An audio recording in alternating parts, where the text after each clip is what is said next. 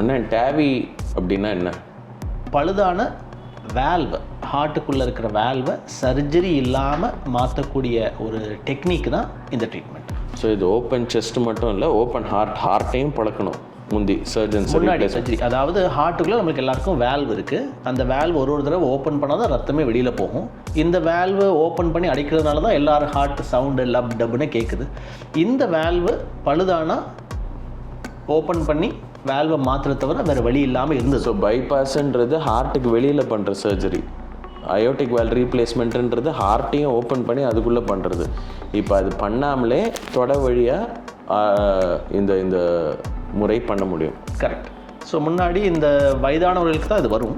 வயதானதுக்கப்புறம் ஒரு 60-70 வயசுக்கு அப்புறம் அவங்க ரொம்ப வீக்காக இருப்பாங்க. அப்போ அவங்களுக்குலாம் ஓப்பன் ஹார்ட் சர்ஜரி பண்ணி success rate, quality of life, அதாவது வாழ்க்கை தரம் மேன்மைப்படுத்தக்கூடிய வாய்ப்புகள் கொஞ்சம் கம்மியாக இருந்தது. இப்போது சர்ஜரியே இல்லாமல் பெரும்பாலான நேரத்தில் அனஸ்தீசியா கூட கொடுக்காம இன்றைக்கி வேல்வை மாற்றினா ஹார்ட் வேல்வை இன்றைக்கி 1.5 மணி நேரத்தில் மாற்றி மறுநாள் நடந்து வீட்டுக்கு போயிடலாம். இதுதான் கரண்ட் சயின்ஸ்.